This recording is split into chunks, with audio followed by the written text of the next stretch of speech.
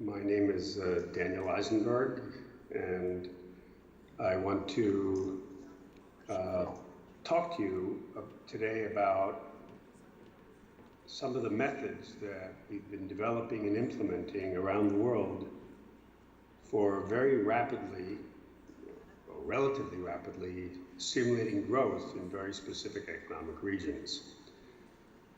I realize it's difficult to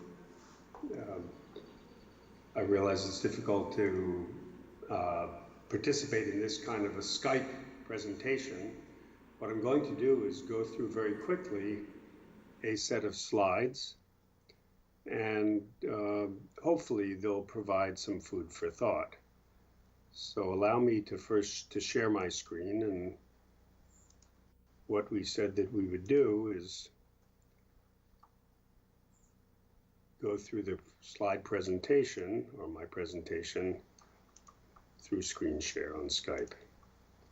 So I hope that you can see that.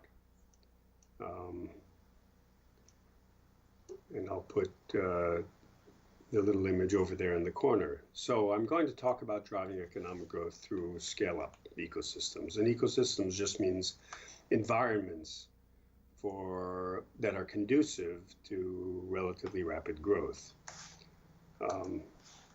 And this is actually a methodology that works. We've replicated it now in several environments and several different kinds of economies, and they seem to work. This all started about 10 years ago when we set an ambition for ourselves that was a fairly aggressive or ambitious mission, I should say. And very simply put, it was to try to learn how to increase prosperity in very specific economic regions by catalyzing entrepreneurship in such a way that it is very quick. In other words, it happens and you can see results within a year. It becomes self-sustaining in just a few years, let's say 5 years. It's measurable in wealth, in taxes, and in jobs. It's very efficient from a resource perspective. It can be replicated. It has some applicability to a wide variety of environments with a consistent methodology.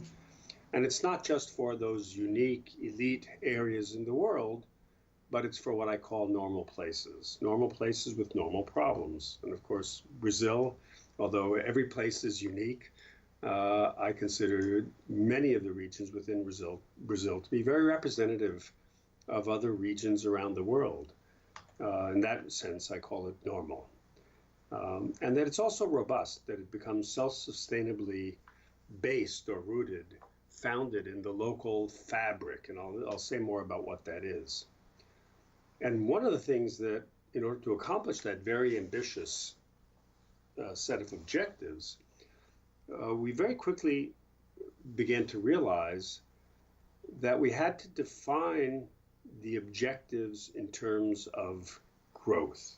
Now, I know that may sound simple to many of you, but most of the efforts of economic development are focused on other objectives rather than more and more firms growing more and more rapidly. And the notion is that if more and more local firms grow more and more rapidly, and the emphasis being local firms, then prosperity is easier to achieve and sustain.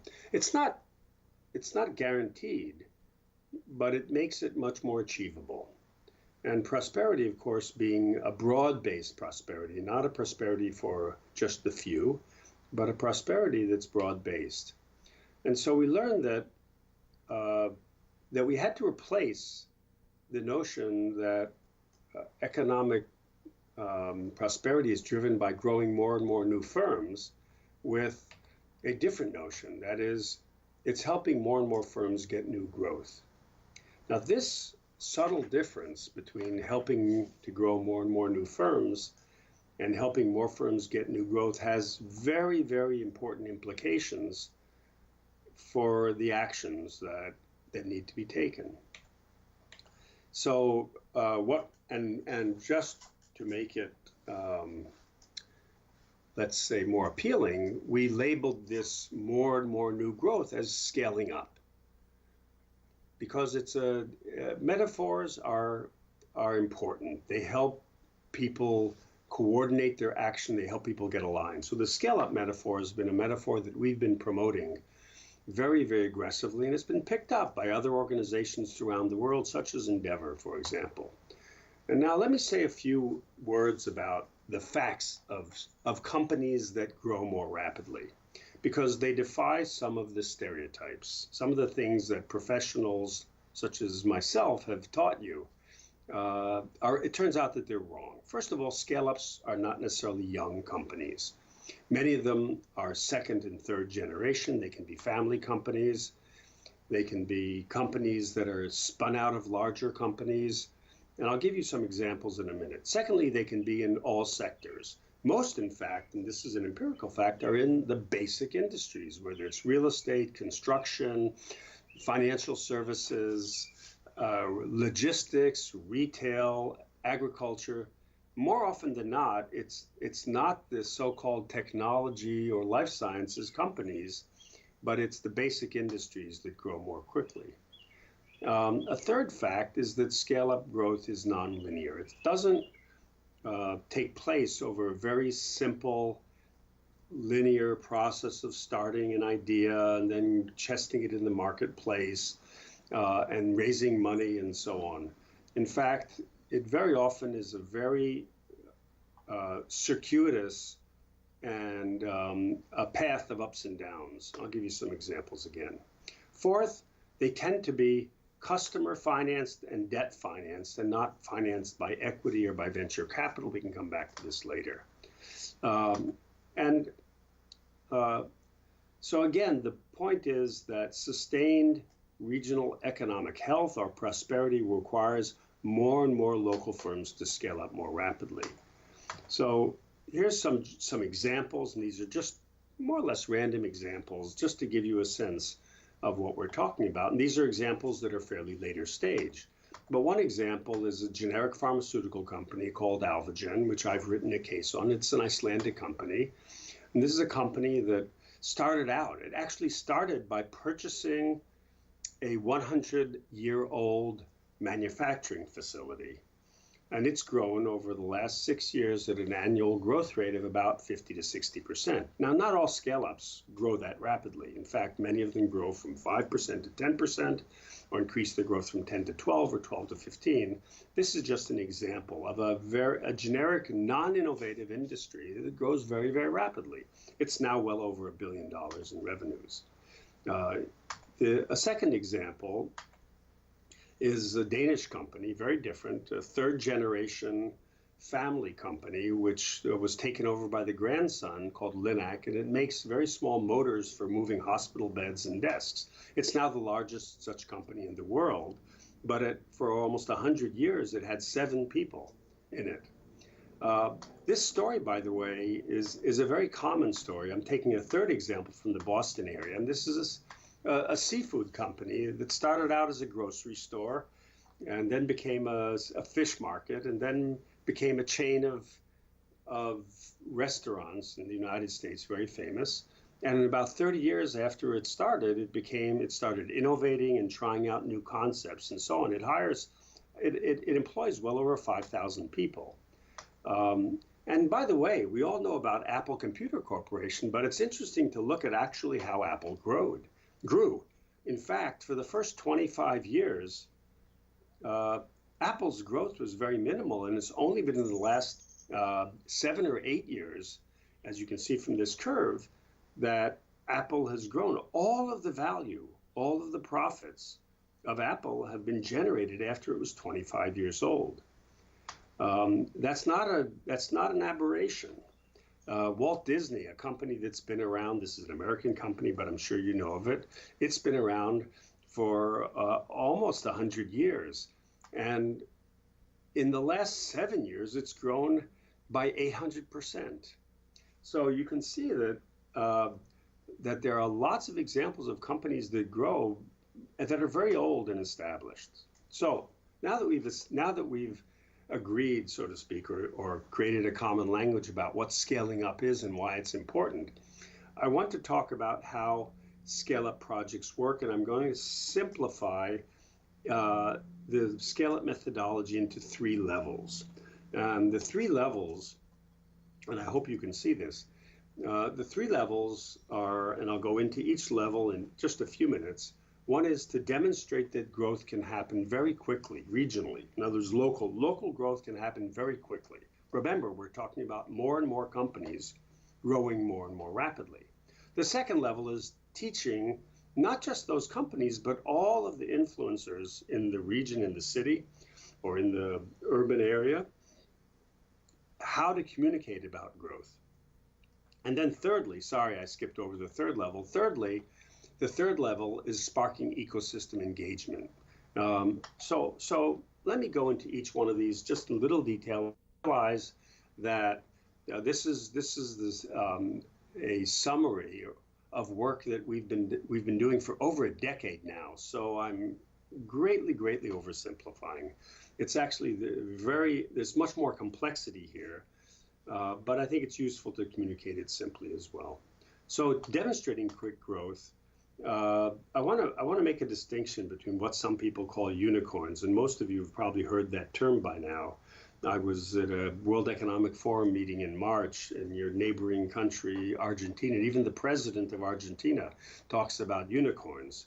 But unicorns are actually a very, I'd say, from a public policy perspective, very misleading objective, because unicorns are defined by shareholder wealth. And in fact, you can show very clearly that regional inequality is highly correlated with the existence of unicorns, high growth companies worth over $1 billion. And we've replaced the unicorn metaphor with, I think, a much more helpful one, which we call workhorses. And workhorses are companies that generate value for customers, they're results driven, they're self-sustaining, they're real, they're not imaginary, they're not very sexy, and they're hardworking. But this is how the world really works. The world really works on the basis of workhorses, which are much more plentiful than the imaginary unicorns. And so demonstrating that there are more workhorses, companies that can actually grow by serving customers, that's the purpose of level one. And to do this, we've created a training program which we're running in Rio de Janeiro. We've run it once last year, and we're launching the second Scalerator program in 2007 next month. But this is a 6-month program for companies that already have revenues. They may not be startups, they may be family companies, they may be 50 years old. We don't care what their age is. And within 6 months, they can start to grow more rapidly, most of them, the large majority of them.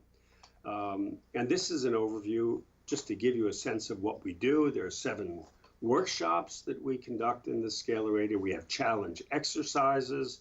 We have mentoring programs we've done with Endeavor and other companies. And then we work, of course, with the stakeholders. So this is an overview of the Scalerator. And remember, this purpose of this level, the purpose of the Scalerator is to demonstrate that growth can happen very quickly. These are little red stars, are what we call growth events, and they happen almost in the first weeks. The second level is teaching growth communication. And here I have to explain a little bit. I'm going to use the conundrum or the saying that I'm sure that you've heard. That is, if a tree falls in the forest and no one hears it, does it make a sound? Well, I want to use that to say something about growth.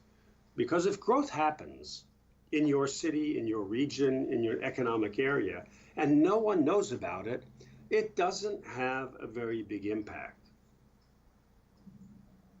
Now, it's interesting to think about communication of growth events, of actual growth of companies, as a strategic economic development activity. And one of the challenges, of course, in communicating about growth is that we don't really know what growth looks like. We haven't taught you what growth looks like. We don't have a language, a common language for speaking about growth. And so one of the things that we've done is develop this language and develop the examples of real growth. And we like to talk about the growth in the 3 C's. growth in the customers, which can be new contracts, new sales, exports, growth in capacity, which can be hiring new people, expanding facilities, even buying new equipment. These are all growth events. And of course, cash, having better cash management, better cycles of receivables and payables, getting new investments, loans, and public finance. So it's really essential, if you want to communicate about growth, to understand what it looks like when it's just starting. And it doesn't look like a company going public. And it doesn't look like a billion dollar unicorn. It looks like a series of very simple mundane activities. And so, for example, one of the things that we teach about growth storytelling. And I'm just going to give you a few stories from a project that we've been running in Colombia, your neighbor, for the last 5.5 years in Manizales. And these are just some stories. We've increased our exports in the last year from 1 country to 12 countries, and we have 3 times the number of sales. That's a growth story. By the way, most of us don't hear those growth stories, and most of us don't tell those growth stories either. But they're really important, and I'll explain why in a minute. Another growth story, this is from Milwaukee, Wisconsin, which some of you have visited. We grew our sales from 10 million to 20 million in 1 year.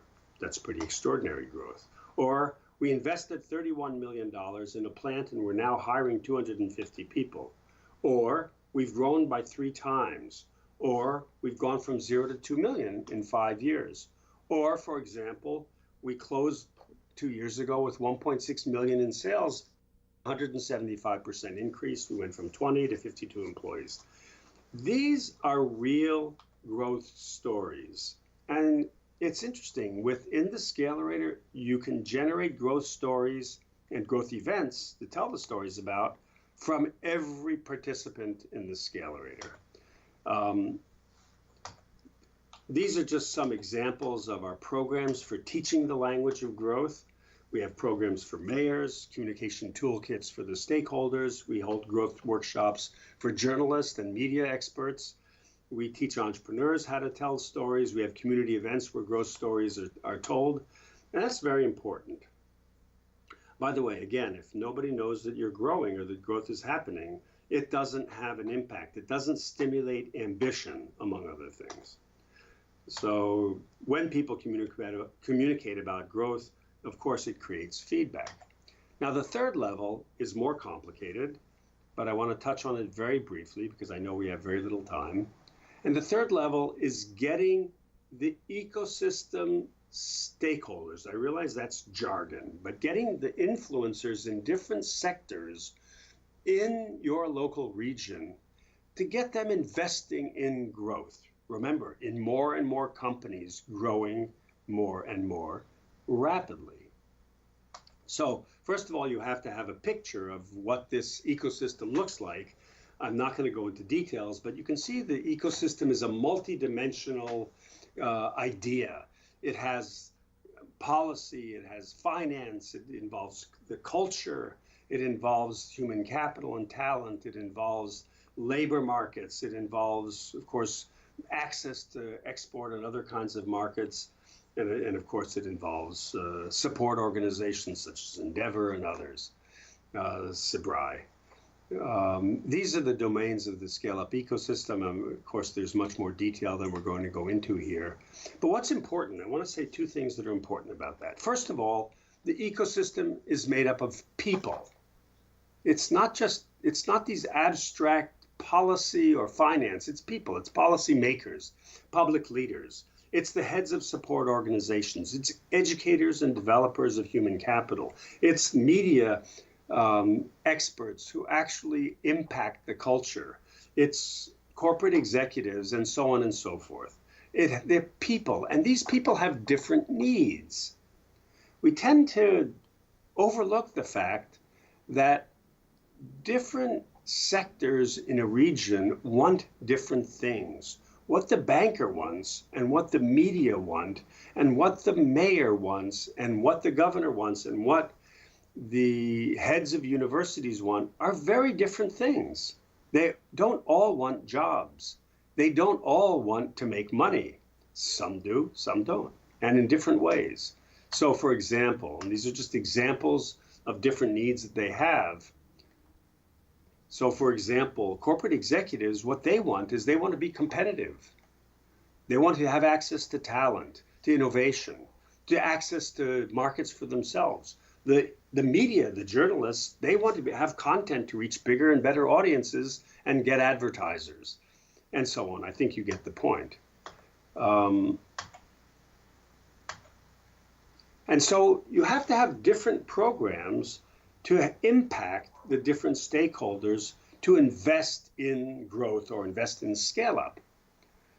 And so what we do in our scale up projects is we have specific workshops for the media. We have specific policy tools we give to policymakers. We help the bankers make better loans. We help the educators write cases and create student accelerators. We help the corporate executives create more corporate venturing programs, and so on and so forth. And of course, we conduct the Scalerator. So these are the three levels, and I'm going to end with just a couple of examples. This is the example of some of the outcomes from Manizales Mas.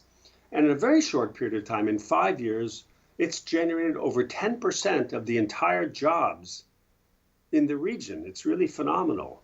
It's generated thousands of new contracts, many of them in export markets. And the growth, as you can see, of the different cohorts in the Scalerator is quite amazing. And it's most of the companies start growing more rapidly.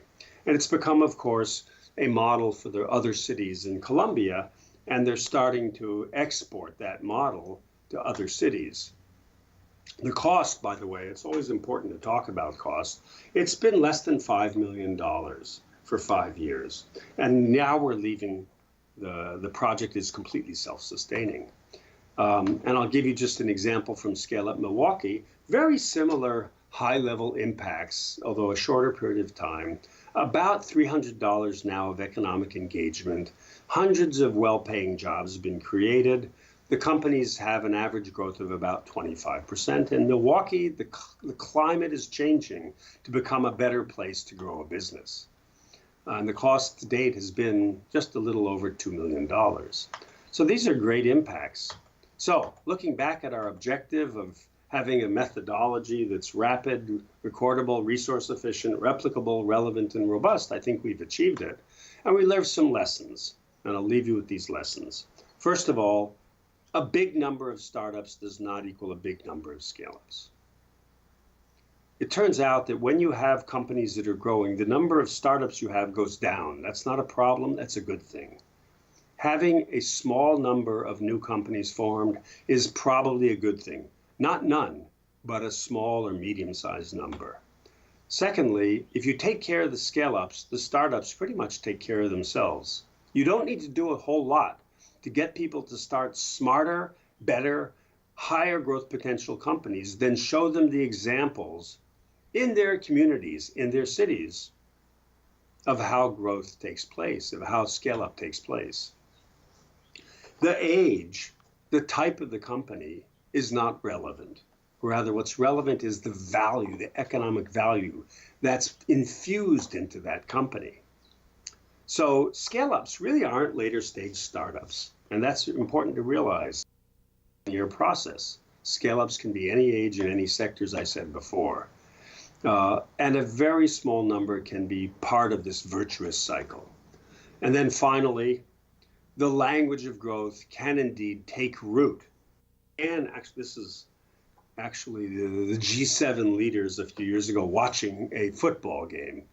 As you can imagine, football is one of the great unifiers in the world, with the exception of the United States. But the language of growth can take root. And we've seen this happen where more and more of the leaders, the local leaders in different sectors, talk the language of scale up. They talk about getting bigger. They talk about success. They talk about achievement. They talk about winning, and they talk about growth. So now the scale up movement, or it's actually become kind of a movement, is occurring in a couple dozen regions around the world, from Russia to Denmark to the United States to Latin America. and we hope to engage you in your own scale-up projects. So I want to thank you very much. I'm going to stop sharing my screen now. You can see what I look like. And if you have any, I don't know how you can ask questions if you have them. I'm sure that you've got lots and lots of questions. I hope the translation conveyed part of the enthusiasm that I think a lot of us are feeling for the clarity of a methodology now that's broadly applicable around many economies in the world to help them grow and give prosperity to more and more of its citizens.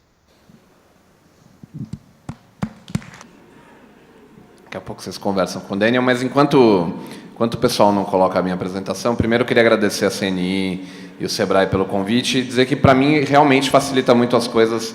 Fala depois do Eisenberg, porque a gente colabora, trabalha junto há muitos anos, e falar um pouco sobre esse desafio de crescimento das empresas, que tem sido a nossa bandeira na Endeavor e que a gente espera que contagie mais gente aqui na audiência, tem sido um desafio bem interessante.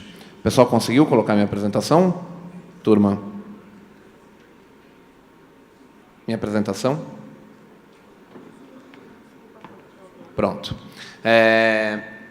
Um comentário breve. O Eisenberg mencionou sobre essa dicotomia entre scale-ups e startups. É óbvio que nunca é a gente tentar separar os universos como se uma coisa concorresse com a outra, mas acho que tem uma coisa muito evidente para a gente que, infelizmente, esse é um debate que no Brasil a gente ainda fecha os olhos. A gente tem uma tendência natural pelo efeito manada, então todo mundo corre atrás daquilo que parece que é mais brilhante, que entrega aparentemente mais visibilidade e resultado de curto prazo, mas a gente acaba esquecendo de olhar aquilo que gera resultado de longo prazo para o país. Então, é ótimo que a gente tenha muitas startups, é ótimo que a gente tenha um universo enorme de novos empreendedores inovando, criando negócios, disruptando indústrias, mas se essas empresas não crescerem, de nada vai ter valido o esforço. Então, eu vou falar um pouquinho sobre isso e um pouco sobre a nossa atuação. E, para começar, eu preciso falar sobre a Endeavor, porque a gente é um bicho relativamente novo nesse ecossistema. Então, o que a gente faz, na verdade, é acreditar, multiplicar uma coisa que a gente acredita que já existe, que é o poder de transformação do empreendedor. A gente realmente não acredita que o empreendedor precise de algum tipo de incentivo adicional, além de despertar e desabrochar aquele potencial que já existe dentro dele, obviamente, desde que ele cumpra características mínimas de ambição, inovação, etc. Então, o que a gente tenta é tentar destapar um pouco esse potencial que a gente enxergou nos empreendedores e que a gente sabe que estão espalhados não só no Brasil, mas no mundo. A gente é uma organização global, está em 28 países, nasceu há 20 anos na Argentina e no Chile, a partir de uma observação da realidade. Era impossível empreender na América Latina de 20 anos atrás. Não que seja muito mais fácil hoje, mas pelo menos o vento virou, claramente. E a Endeavor começou um modelo de atuação, primeiro em economias emergentes, então, Argentina, Chile, Brasil, México, etc., e passou para um cenário seguinte de economias que ou estão estagnadas ou que precisam reemergir de alguma forma. Então, nos últimos anos, a gente abriu operações na Espanha, na Itália, na Grécia, no Japão e em cidades americanas, em algumas cidades americanas, muito afetadas pela crise de 2008. Então, a lógica aqui é uma só, que dialoga muito com o que vocês ouviram do Eisenberg. A gente acredita que o crescimento das empresas é o que vai gerar desenvolvimento, então a gente precisa trabalhar isso em cada um dos lugares onde a gente está. Aqui a gente está em 8 estados, desde 2000, trazidos aqui para o Brasil por 2 dos principais empreendedores brasileiros, Jorge Paulo Lemann e Beto Sicupira, e a gente tem atuações regionais nesses 8 estados brasileiros. A gente tem um modelo de atuação bastante simples. A lógica aqui é de uma pedra no lago, então a gente apoia um grupo muito pequeno de empreendedores, que a gente chama de empreendedores Endeavor, exemplos de alto impacto. o que a gente faz por esse empreendedor.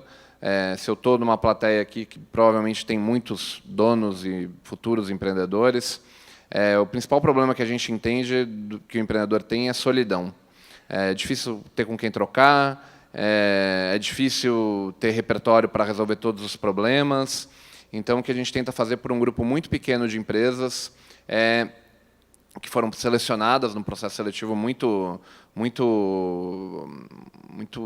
rigoroso, criterioso da Endeavor, é tentar conectar empreendedores muito bem selecionados com uma rede de mentores, que são algumas das principais lideranças empresariais brasileiras, para doar tempo e usar a lógica de que, se essa pessoa já chegou lá, ela tem muito a ensinar alguém que está no meio da jornada. Só que a gente fazer isso com um número reduzido de empresas num país do tamanho do Brasil, a gente não vai conseguir mudar a agulha de lugar. Então, a gente faz um trabalho de disseminação de conhecimento muito forte. O nosso portal atinge quase 7 milhões de pessoas ano, com conhecimento prático para empreendedores. E, mais recentemente, a gente decidiu participar do debate público sobre ambiente para se empreender no Brasil, sobre as condições para se empreender no Brasil. A gente tem publicado alguns estudos nessa direção. Essa é um pouco da nossa rede, sem entrar em detalhes. Algumas das grandes lideranças empresariais brasileiras são nossos voluntários, conselheiros, mentores, embaixadores, gente muito boa que doa aquilo que eles têm de mais precioso, que é tempo e conhecimento para orientar outros empreendedores. E aqui, muito breve, porque o Dan já explicou boa parte do desafio. O que a gente faz? A gente trabalha com esse tipo de empresa que o Daniel estava mencionando, que são as scale-ups. Na prática, o que a gente tem? A gente tem um universo enorme no Brasil de empresas começando, micro e pequenas empresas. A gente tem um setor bastante consolidado de empresas grandes, que não muda muito de tamanho, nem de quem são os atores que compõem esse grupo. E a gente tem um universo de empresas que tenta crescer. E o que a gente percebe é exatamente que, nesse universo, nesse momento de começo de empresa, os estágios mais iniciais, você tem volumes muito altos, um vale da morte imenso, que é natural, precisa haver depuração entre os empreendedores. A gente está num momento um pouquinho mais crítico, porque tem muita hype no mundo do empreendedorismo, então tem muita gente que vai turistar a ideia de empreender e descobre depois que entrou nisso por uma moda, por uma onda, e empreender é muito mais do que isso. Então, você tem um vale da morte por muitas questões, eu vou falar rapidamente sobre elas mais adiante. Aí você tem uma fase de transição em que a empresa pode ou não pode dar certo, ela encontrou um modelo de negócios, mas ela comete muitos erros, ela está muito desestruturada ainda. A gente, às vezes, no Brasil, a gente tende a colocar empresas por porte, porque a forma como a gente acabou separando, micro e pequena empresa, até 4,8 milhões de reais de faturamento, uma média até o limite do lucro presumido, e depois a grande acima disso. Mas o que a gente percebe é que uma empresa de 10 milhões de reais de faturamento, 15 milhões de reais de faturamento, é uma empresa ainda extremamente desestruturada, completamente dependente do empreendedor, ou dos empreendedores, dos sócios, uma bagunça generalizada na empresa. Então, é muito difícil a empresa romper essa fase de transição e começar a cumprir ciclos mais estruturados de crescimento. E o que a gente faz é tentar atuar exatamente nesses pontos de virada das empresas para que elas possam ter ciclos mais saudáveis de crescimento. E por que isso? E por que isso no Brasil? Porque a gente acredita de verdade, como o Daniel também trouxe, que as empresas que vão crescer muito são as que vão trazer produtos novos, são as que vão gerar muito emprego. O dado que a gente tem, que é um dado coproduzido pela Endeavor e pelo IBGE, aponta que no Brasil menos de 1% das empresas consegue crescer acima de 20% ao ano por 3 anos seguidos, que são as empresas de alto crescimento. Esse é um estudo chamado Estatísticas de Empreendedorismo, do IBGE, publicado todo mês de novembro. E a gente descobriu que essas empresas, que são 0,7% do total de empresas no Brasil, elas criam metade dos novos empregos da economia brasileira. 3 milhões de novos empregos criados por 30 mil empresas, 90% dessas empresas de pequeno e médio porte. empresas que têm como característica principal não serem necessariamente um jovenzinho no mercado, idade média dessas empresas é de cerca de 15 anos no mercado. Tem empresas de 5, obviamente, tem empresas de 50 anos de idade que se renovaram pela entrada da segunda, terceira geração no negócio. Então, o que a gente tenta é tentar multiplicar esse cenário, mudar um pouco esse cenário de empresas.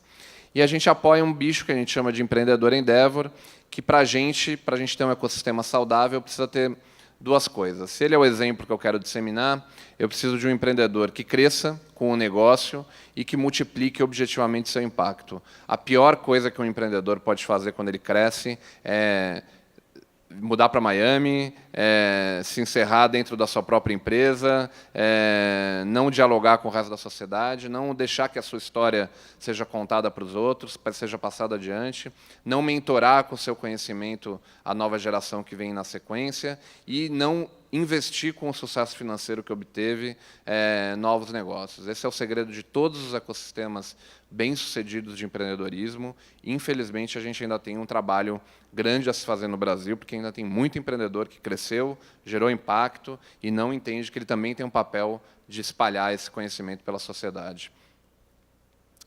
Os nossos empreendedores, os empreendedores que a Endeavor apoiam, são 187 empreendedores. A gente aposta no Jockey, que estão à frente de 100 empresas. Essas 100 empresas juntas faturam cerca de 3 bilhões de reais, crescem empregam mais de 30 mil pessoas, mas o mais relevante para mim, essas 100 empresas que vão chegar no final do ano faturando 4 bilhões de reais, faturavam em 2013, no final de 2012, 1,2 bilhão de reais. Essas empresas têm crescimento médio anual de 27%, num país que faz -4, -4 e 0 nos últimos 3 anos. Então, o que a gente está mostrando aqui tem sim potencial para empreendedorismo no Brasil, é possível crescer no Brasil, não é possível se você não for profissional, se você não encontrar as condições específicas para isso.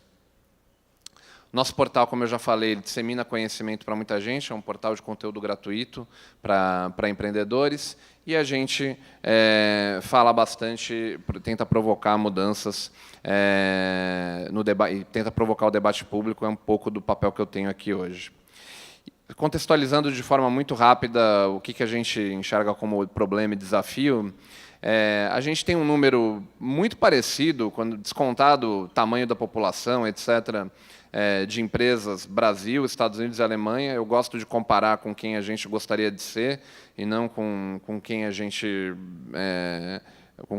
é hoje. Então, esse aqui é a gente é uma ONG, né? Então, como ONG, a gente espera um dia chegar num ecossistema de empreendedorismo maduro o suficiente para que eu possa dar uma festa e a Endeavor poder fechar. Enquanto isso não acontece, a gente precisa entender qual que é o problema, e o problema para a gente está ali na terceira linha desse slide. Por alguma razão, a gente tem um número expressivo de empresas, parece que não faltam empreendedores, a gente ouve isso muito, com bastante consistência, que o Brasil é um país de empreendedores, e parece ser verdade, mas parece que a gente é um país de empreendedores que não cresce.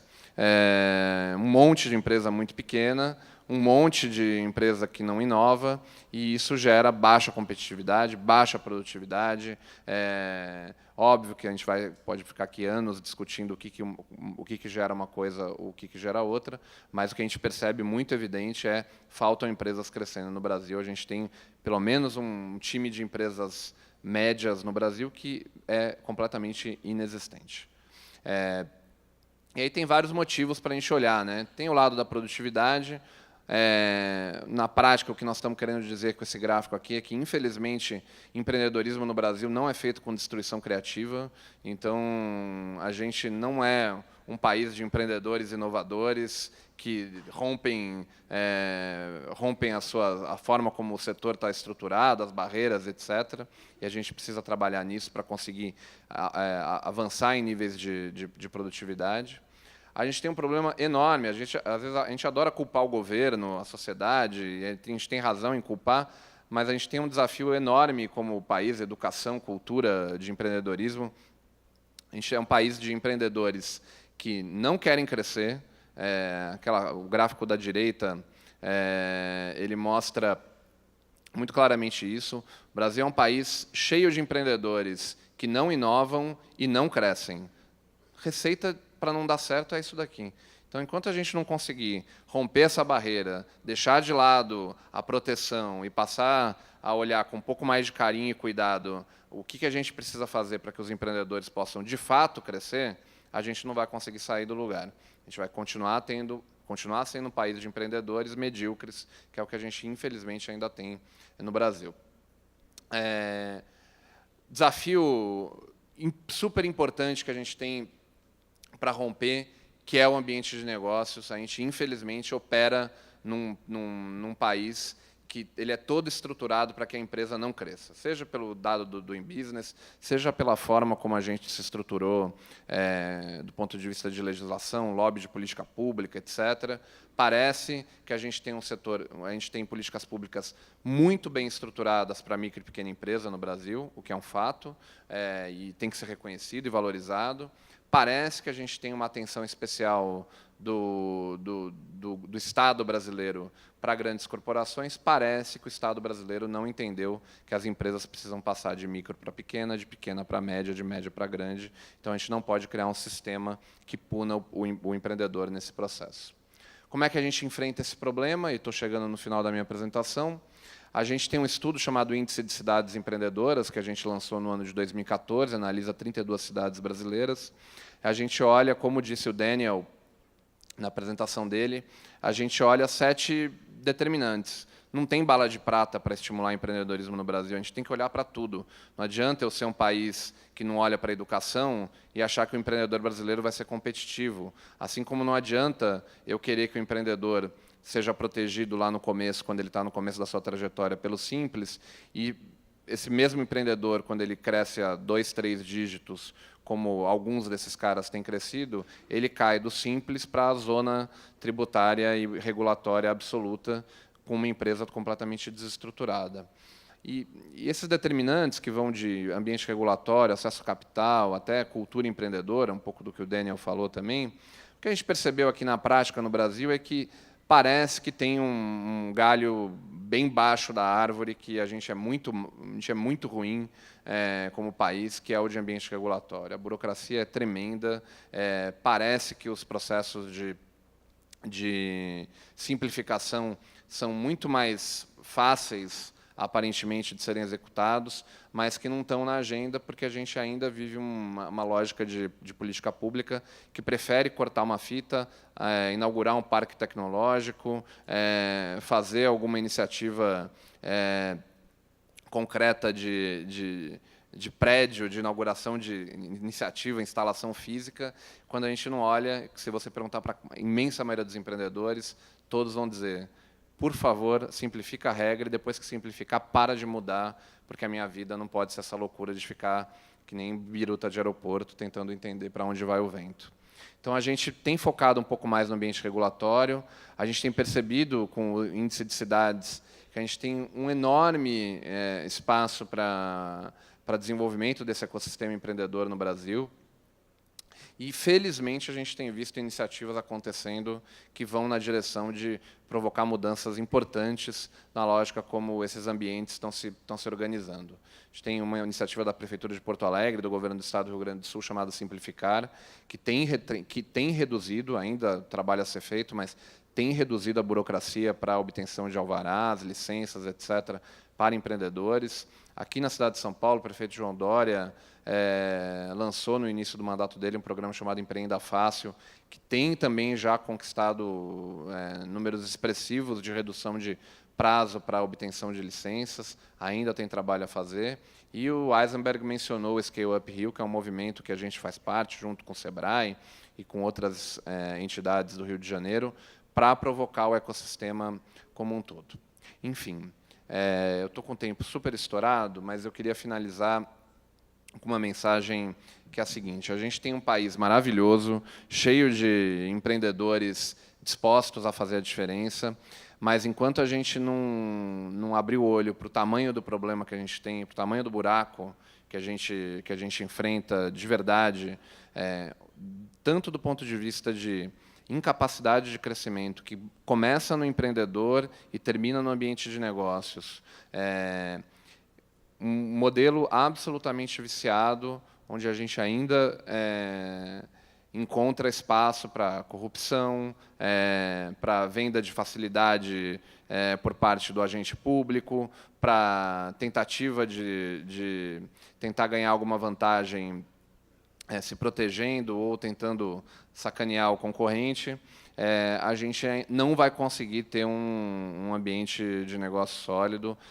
Esse sonho que a gente tem como organização de um dia poder ter um ecossistema sólido o suficiente para fechar vai demorar muito. Então, a gente precisa falar mais sobre isso, a gente precisa jogar mais luz sobre o crescimento das empresas, a gente precisa entender e discutir mais como país por que as empresas brasileiras não crescem, por que os empreendedores brasileiros não têm ambição, por que eles inovam muito pouco. E eu acho que cada vez mais pedir menos favor e começar a exigir coisas que são absolutamente simples. Simplificação de processos, regras do jogo claras, acesso a gente boa para que a gente possa investir como empreendedores, acesso a capital de forma desburocratizada, para que a gente possa, como empreendedores, cumprir o nosso papel de transformação e permitir que a gente tenha um país mais desenvolvido e menos desigual. Tá bom? Era isso que eu queria dizer. Está aqui meu e-mail. Muito obrigado. Obrigado pelo convite.